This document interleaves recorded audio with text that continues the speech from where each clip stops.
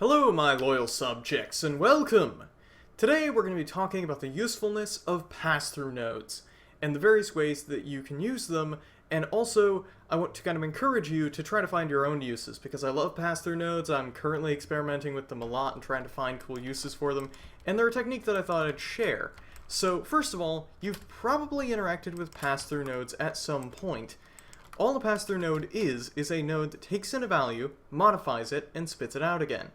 They are really common, especially among the color nodes.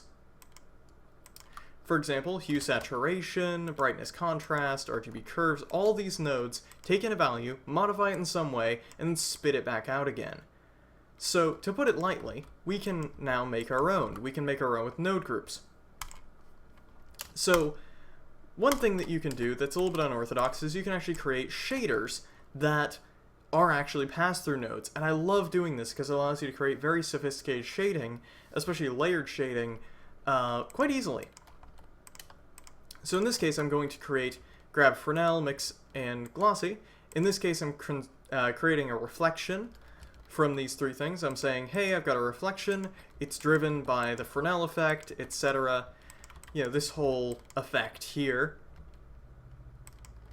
And I'm just going to hit Control-G, and as you can see, I've created a node group out of it.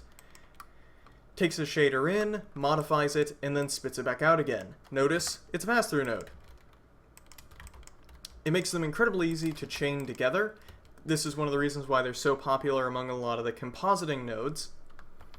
And we can easily expose values, for example, roughness.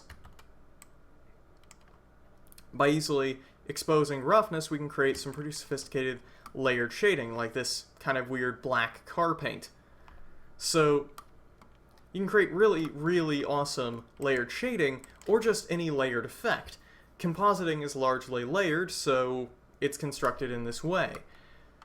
This can really help with simplifying your workflow. Notice we've gone from 3 nodes to a single node, and we can just keep doing this.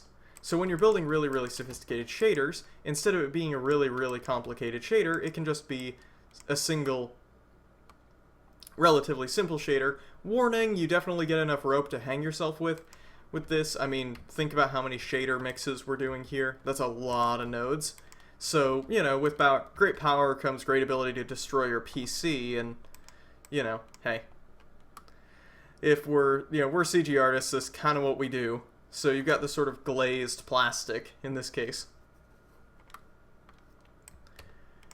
So as a result, we can now create some pretty awesome pass-through nodes. In this case, I'm going to name this one Reflection, and you can keep kind of creating your own library of these with all their own cool effects and cool layering awesomeness.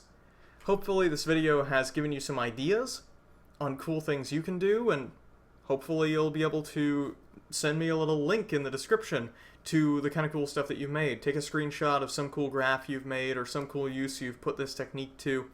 I'd love to see it. And yeah, I love this technique. It's very useful.